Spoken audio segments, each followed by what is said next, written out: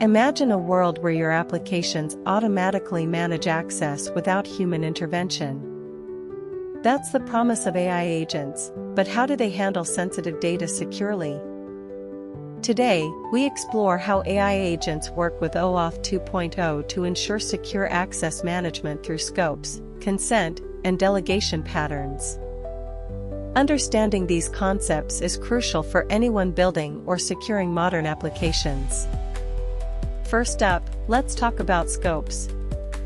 Scopes define the level of access granted to an application.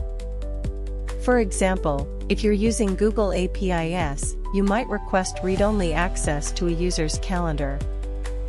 This ensures that even if the token is compromised, the attacker can't make changes.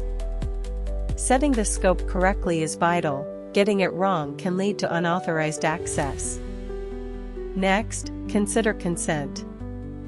When an AI agent requests access on behalf of a user, it must obtain explicit permission.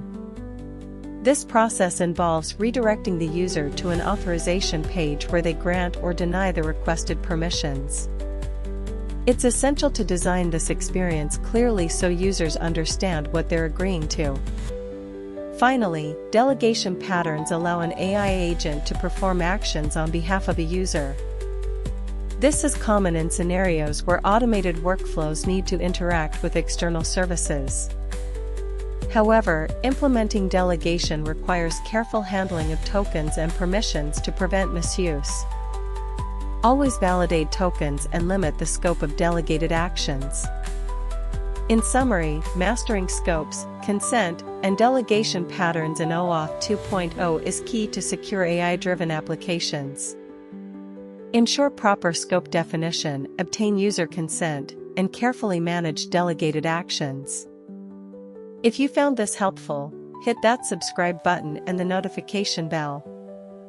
Drop your questions in the comments, I read every one. See you in the next video.